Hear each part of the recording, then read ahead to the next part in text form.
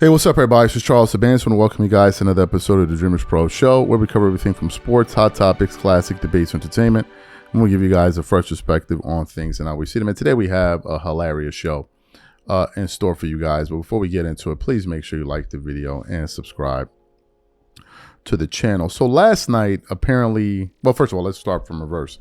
As you guys know, the biggest talk in the NBA right now is Bam Adebayo scoring 83 points in an NBA game, which is crazy to say, right? He scored 83 points, putting him up there forever in history with players like Wilt Chamberlain and Kobe Bryant. Just imagine Bam Adebayo, a 16-point per game scorer, is up there with Wilt Chamberlain and Kobe Bryant. Unheard of stuff, right? And a lot of people had been calling out his performance because they said that Bam was seriously stat padding in that fourth quarter. It was disgusting. If you watch basketball and you saw that, at the end of that, you will know that it was a disgrace. There's no other way to describe it, right? Plain as day, disgrace. But anyway, so last night the Lakers played against the Chicago Bulls, another bad team. And in that game, Luka Doncic scored 51 points, 9 assists, 10 rebounds on 54% shooting, going 9 of 14 from the three-point line. And I think going into that fourth quarter, Luka had an opportunity to go back in and essentially get, he had an opportunity in the fourth quarter to stay in the game, rather, because he scored 10 in the fourth, to get that triple-double. And there's this viral footage going around on the internet where Luka Doncic said, "I don't care."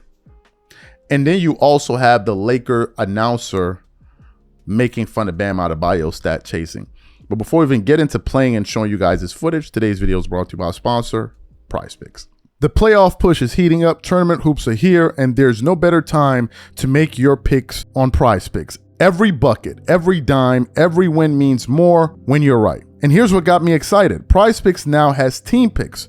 So on top of all the player picks you already love, you can now pick game winners, spreads, and totals too. I've been using it and honestly have no idea why I waited so long. I made my first team pick on a basketball game the other night, and it made watching so much more fun. The best part, you can even pick who's going to cut down the nets in a few weeks or who's winning it all this summer. All right in the same PrizePicks app. And team picks are available in 35 states, including California, Texas, Georgia, and Washington. If you're right on your picks, you cash in. It's that simple. Download the PrizePicks app today and pick your first game winner, spread, or total as the playoffs rolls on.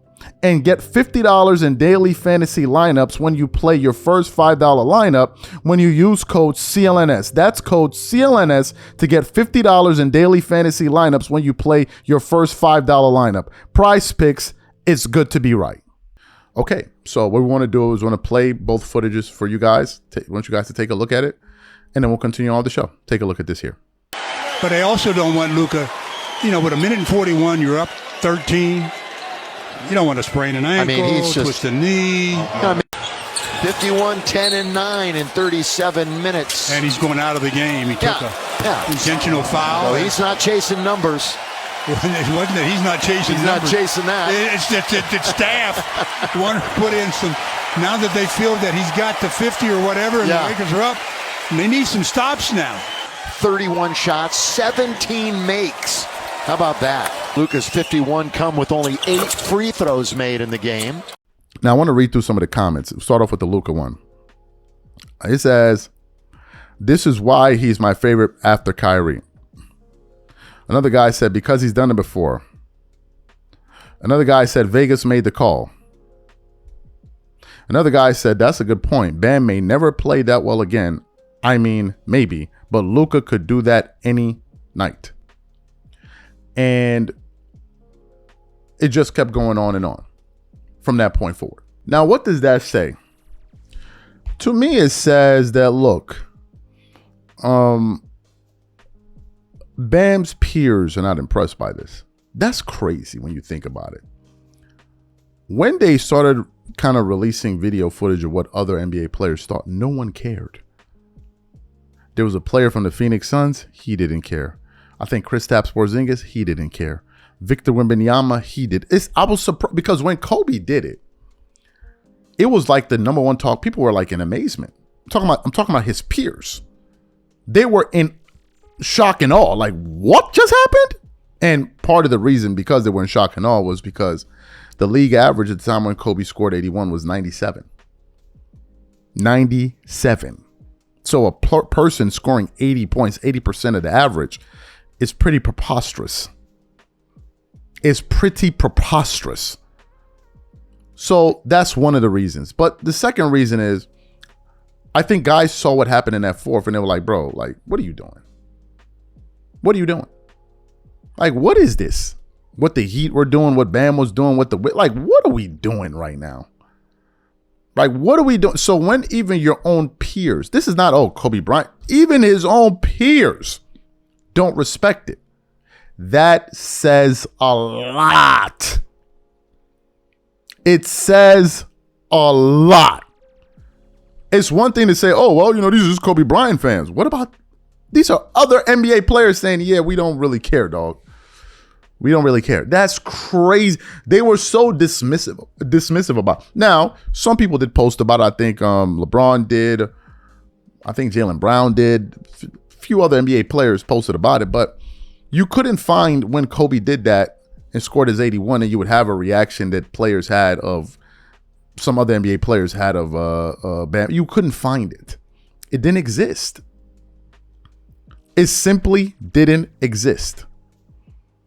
And for Luka to be like, I don't care, that says a lot. I remember the time when Kobe Bryant could have won his third scoring title. And I think all you had to do was score something. He just gave it up and KD won it. Kobe could have had 3 scoring titles, but then he just gave it up and said, whatever. I remember that. I forgot what year it was, but he just gave it up like, okay, whatever. I don't care. And I think he sat out the last 2 games or so of the season and he could have won the scoring title. And he gave it up to KD. He said, I don't care. Look at the other night when Kawhi Leonard scored 45 points on, I think, 20 shots. Kawhi could have kept on forcing it. Kawhi could have easily in that game had 55, 60 points. If he forced the issue, Kawhi could have scored 60 in that game. He literally could have. The game against the Minnesota Timberwolves, he could have scored 60.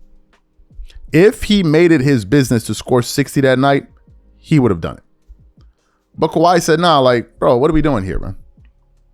And I think that's the issue that people have. Now, the only people defending Bam are LeBron James fans, Miami Heat fans, and trolls, right? You got some people talking about, Bam is now better than Kobe Bryant.